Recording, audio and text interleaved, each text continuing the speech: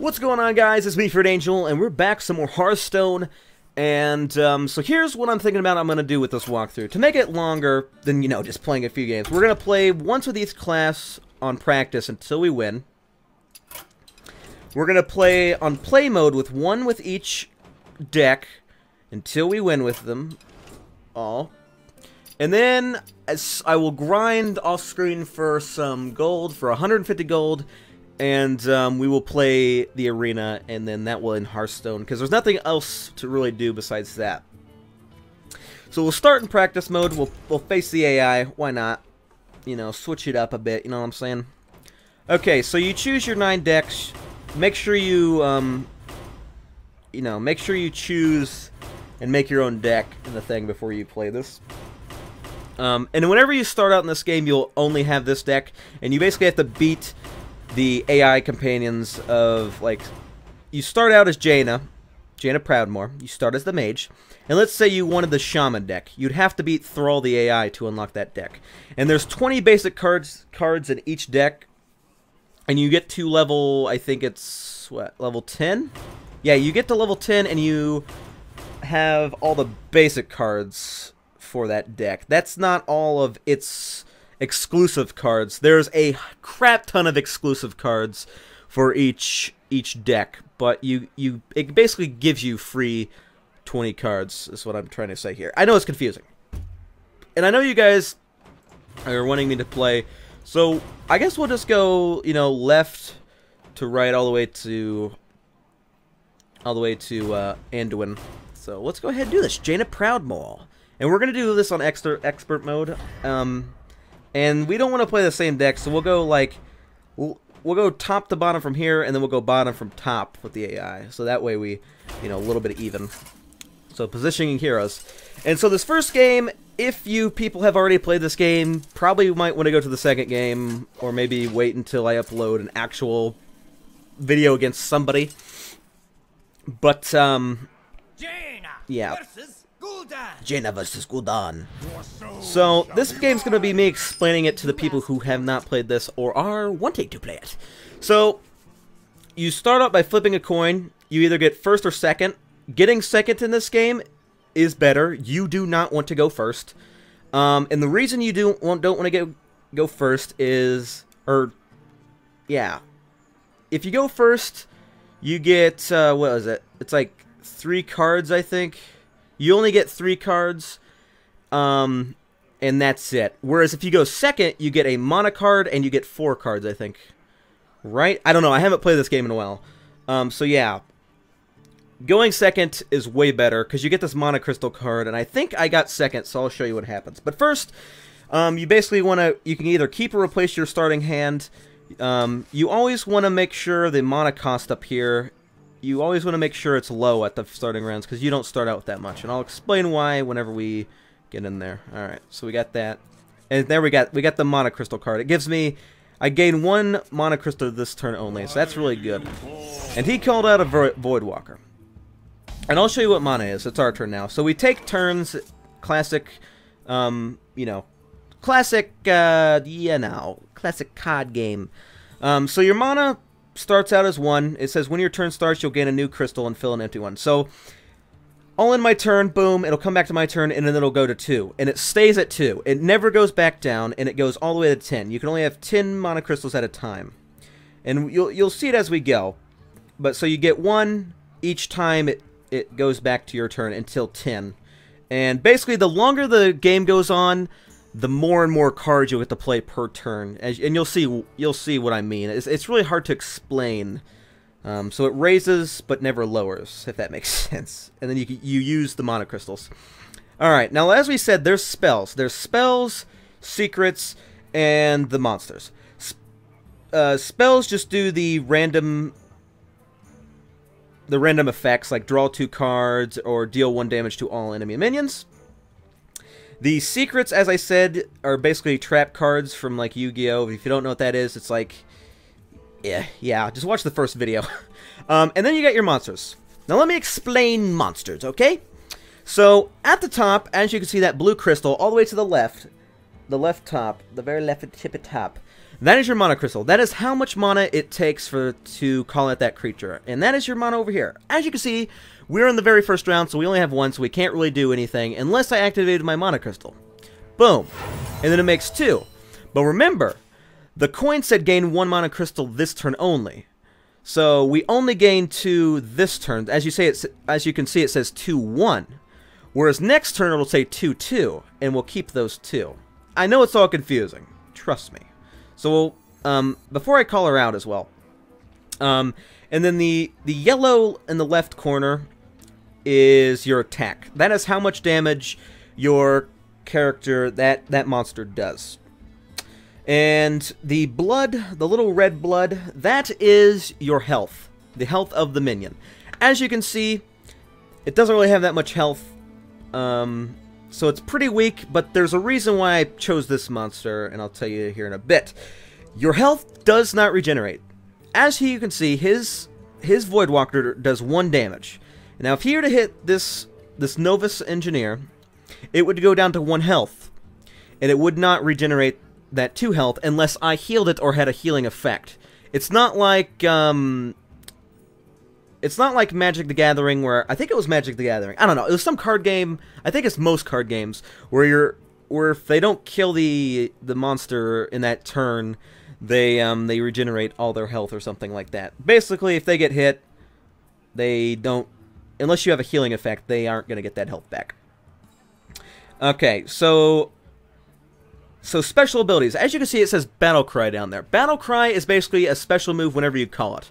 It's basically, as soon as it enters the battlefield, it does like a battle cry, and it has like a special effect that it does. This battle cry is it lets me draw a card. And drawing cards in this game is very powerful, because like this game is all about lucky draws. Like, I'm not even kidding. Like, usually card games are all about luck, but this game is like seriously about luck. Like, it's hardcore luck. But anyways, yeah, this battle cry of this Razorfin Hunter is summon a 1/1 boar. So not only do I summon it, and it attacks, it has 2 and 3, but it'll summon another monster for me. So basically it's like summoning 2 monsters, and it summons a 1/1 boar. So, and a 1/1 means 1 attack, 1 health. It's very weak, but it's also very powerful. And one other thing I forgot to mention is this thing over here, the Fire Blast. As you can see, it says 2 mana, and it deals 1 damage. Each class has their own special ability. The major special ability is you can shoot a Fire Blast with your mana once per turn. You can only use your skills once per turn. And I deal 1 damage to anything, and I have to spend 2 mana.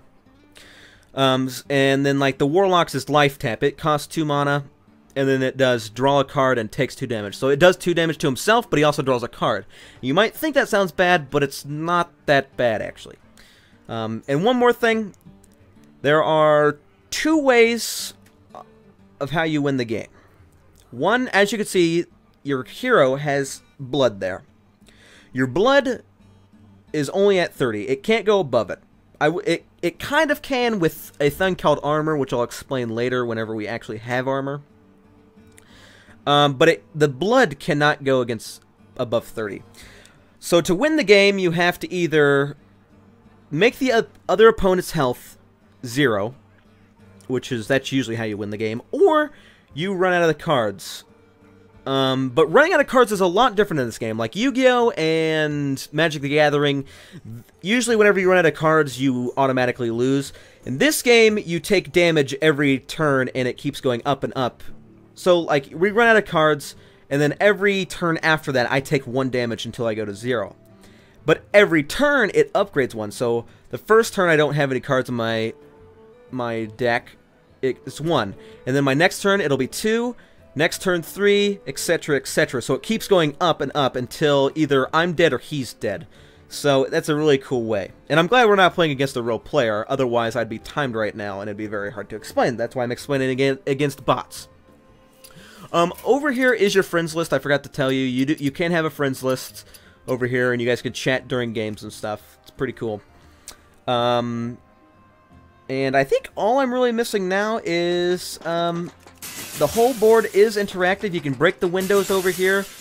You can move the sign, mess with the griffin, move the clock, the well, and then here's your end turn. These are your decks. What else am I missing? I think that's about it.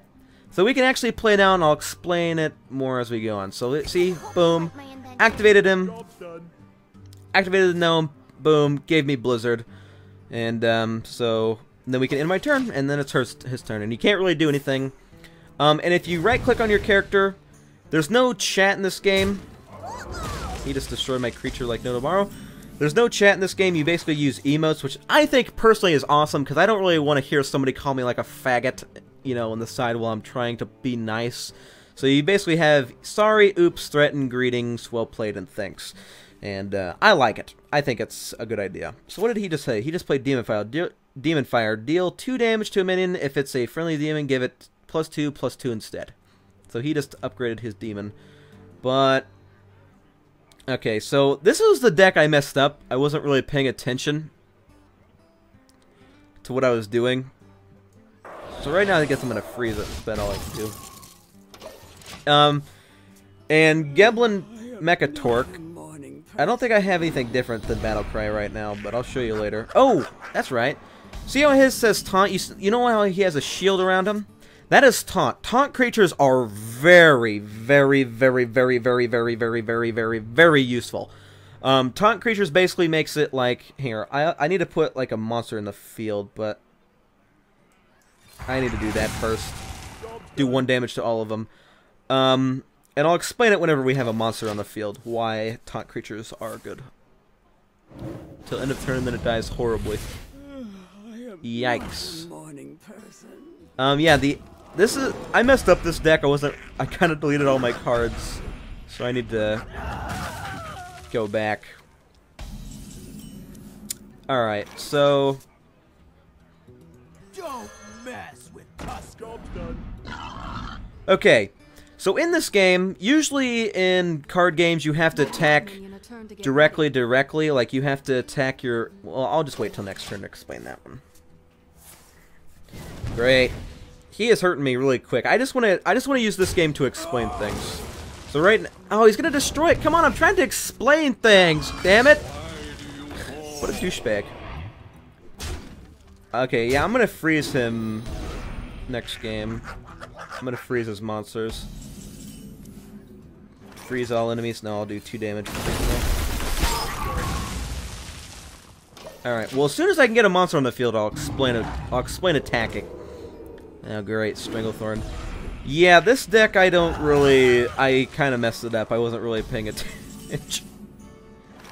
So I guess I'll get a Geblin Mechatorque. And if you're wondering about that little dragon around him, that's because he is a legendary. And legendaries they're not exactly good. You might think, hey, oh my god, a legendary, I better put in my deck. There's some really bad legendaries. It just means they're a rare card. But they usually have really good things. Oh my god, I'm gonna get destroyed. I just want to show you guys the attacking. Hopefully it doesn't kill him. Okay, finally. Ooh, we got Polymorph. Sweet. Transform a minion into a 1/1 sheep. So basically, I'm gonna use it on him, and instead of a 9/5 monster, he's a 1/1. So, whew, saved my ass there. Okay, so attacking in this game, unlike Yu-Gi-Oh! And Magic the Gathering, you have to attack the monsters before you can attack the person. Not in this game. So you can either attack the monsters or the guy himself, unless they had that taunt monster. If you remember, as I was saying, like literally 30 seconds ago, there is something called a taunt monster, and it had the little shield around them. You have to attack taunt monsters. If they have a taunt monster, you have to attack it. It won't let you attack anything else or the player. But if they don't, you can either attack the monsters directly, or you can attack the person directly. So I'm going to go ahead and attack the person. And we're actually not that low as I thought. I thought we were a lot lower than we were, but we're actually... Well, now he's going to kill freaking... Your minions have stealth. Oh, he had stealth. Stealth is basically... You can't attack that monster until it attacks, basically. So it's kind of like an assassin, you know. And then whenever this minion takes damage, draw a card. Great. Summon 2 0/2 taunt monsters. See, we have taunt monsters. Now, they don't have any attack. They're basically there to, you know, give me some time to get some monsters. So they have to attack these two before they can actually do anything. So it's pretty cool. And I'll go ahead and summon 2 cards. We got a Murloc Tidemaster and Cone of Cold. Now freezing, I didn't explain freezing. Freezing basically freezes whatever it says. Like this one freezes all enemies, where this one only freezes one and then whatever is next to it. So if I were to freeze this guy, it freezes one of these. That basically freezes them so they can't attack either. They can't attack next round, so they're basically useless for, you know, a little bit.